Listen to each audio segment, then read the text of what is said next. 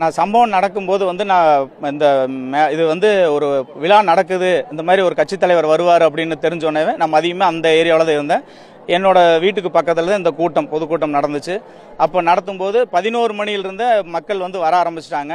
அதே மாதிரி பசங்கள் எல்லாரும் வர ஆரம்பிச்சிட்டாங்க.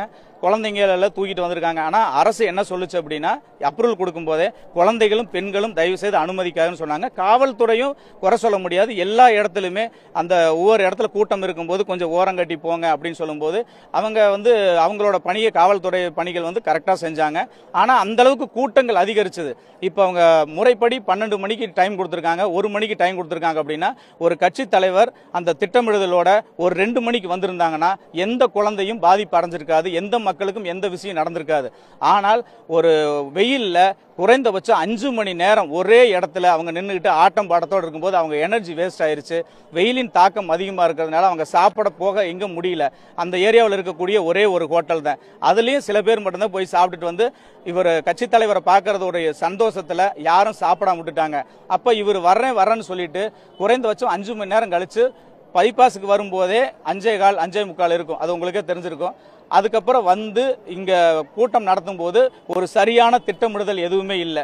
மாற்றுக் கட்சிக்காரர்கள் நடத்தும் போது ஒவ்வொருத்தருக்கும் அந்த இடத்துல போய் அமரணும், ஒவ்வொரு துறையா ஒதுக்கி அழகா வரிசை பிரகாரம் போய் உட்கார்ந்து முதலமைச்சர், மாண்புமிகு முதலமைச்சர் வந்தாலும், துணை முதலமைச்சர் வந்தாலும், அமைச்சர் பெருமக்கள் ஒரு கூட்டம் நடத்தினாலும் அதற்குண்டான சரியான முறையில் அந்த திட்டமிடுதலோடு அசம்பாவிதம் நடந்துடக்கூடாது என்பதற்காக பாதுகாப்போடு இந்த தமிழக அரசு காவல்துறையோட பாதுகாப்போடும் அமைச்சர் பெருமக்கள் வழிவகுத்திருக்கூடிய ஒரு திட்டமிடுதலோட கூட்டம் நடத்தி இதுவரை வெற்றி பெற்றிருக்கிறோம். மாற்று கட்சிக்காரர்களாக இருந்தாலும் அதற்குண்டான ஒரு பாகுபாடை வளர்த்து கொண்டு அந்த மீட்டிங் இது வரைக்கும் நடந்திருக்கு. ஆனால் இதில் ஒரு பெரிய திட்டமிடுதல் இல்லை. இந்த டயத்துக்கு வந்திருந்தாங்கன்னா அசம்பாவிதம் நடந்திருக்காது. முக்கியமான காரணம் இந்த பிஞ்சு குழந்தைகள் இறந்ததற்கும் இந்த இவ்வளவு பெரிய அசம்பாவிதம் நடந்ததுக்கும் முக்கிய காரணம் இவங்க காலதாமதமாக மக்களை சந்திச்சது ஒன்று. அதுக்கப்புறம் ஒரு பேரிகார்டு போட்டு அதை தாண்டி இவர்களால இப்போ இளம் வயது அவர்களை நம்ம குறை சொல்ல முடியாது. அவங்க குழந்தைகளாகவே இருக்க வேண்டும். அதே ஒரு மாணவர்கள் அப்படின்னா ஒரு கட்டுப்பாடோட ஒரு கட்சி தலைவரை பார்க்க போறோம், தன்னோட ரசிகரை பார்க்க போறோம், தன்னோட தலைவனை பார்க்க போறோம் அப்படின்னா அதுக்குண்டான மாதிரி ஆட்டம் பாட்டம் இருக்கலாம், சந்தோஷம், ஓகே. ஆனால் நம்மளோட தந்தையை நினைச்சு பாருங்க. தாய் தந்தை நம்மளை பெற்று வளர்த்து இந்த அளவுக்கு ஆளாக்கி ஒரு படிச்சு தன்னோட பையன் உயர்வான் என்று சொல்லி நினைச்சிட்டு இருக்கும்போது தவறான ஒரு வீட்டிலே சொல்லாம இந்த மாதிரி ஒரு கட்சி தலைவரை பார்க்க இப்ப கரூர் மாவட்டமே ஒரு அவல நிலைக்கு உள்ளாக இருக்குது. எத்தனை பேர் இறந்திருக்காங்க அதை நினைக்கும் போது ரொம்ப மனசு கஷ்டமா இருக்கு.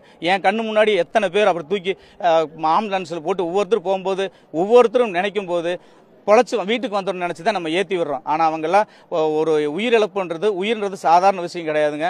அதனால தயவு செய்து இனிமேல் எந்த கட்சி தலைவர்களாக இருந்தாலும் திட்டமிடுதலோடு சரியான முறைப்படி சென்று மக்களுக்கு தேவையான ஒரு விஷயங்களை சொல்லி இந்த டயத்துக்கு நான் வந்துடுவேன்னா அந்த டயத்தில் போய் மக்களை சந்திங்க. உங்களுக்கு எவ்வளவோ வேலைகள் இருக்கலாம், எவ்வளவோ காலதாமதம் இருக்கலாம். சரியான கட்சி தலைவர்கிட்ட இருக்கக்கூடிய ஒரு விஷயம் என்னன்னா, அங்கே இருக்கக்கூடிய செயலாளர்களோ அல்லது மாவட்ட செயலாளர்களோ துணை செயலாளர்கள் சொல்லிட்டு இன்னும் தலைவர் வருவதற்கு 1 மணி நேரம் லேட் ஆகும் அப்படின்னு மைக்கில் அலௌன்ஸ் பண்ணுங்க. அவங்க போய் சாப்பிட்டு வந்துருவாங்க, ஒரு தெம்பா இருப்பாங்க. உங்களுக்கு பாராட்டுறதுக்கு தானே அவங்க கூட்டம் கூடுறாங்க. அப்புறம் ஏன் நீங்க லேட் பண்றீங்க, ஏன் ஏமாத்துறீங்க? தயவு செய்து அந்த பழக்கத்தை தமிழ்நாட்டில் வச்சுக்காதீங்க. புதிதாக கட்சி ஆரம்பித்து யாரா இருந்தாலும் உங்களுடைய தொண்டர்களுக்கு சரியான வழி வகுங்கள். இளம் பிஞ்சுகளை கொல்லாதீர்கள்.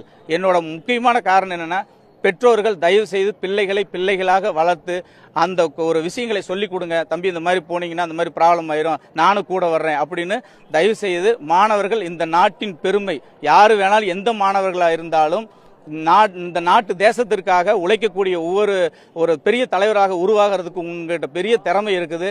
எத்தனையோ விஷயங்கள் உங்க மனசில் இருக்குது. அந்த வாழ்க்கையில் உயரணும் அப்படின்ற ஒரு எண்ணத்தோட தயவு செய்து நடிகர்களை நடிகர்களாகவே பாருங்கள், கட்சி தலைவர்களை தலைவராகவே பாருங்கள். உங்களது வாழ்க்கையை தயவு செய்து பெற்றோராகிய நானும் ஒரு குழந்தைக்கு தகப்பன்ற முறையில் சொல்றேன்.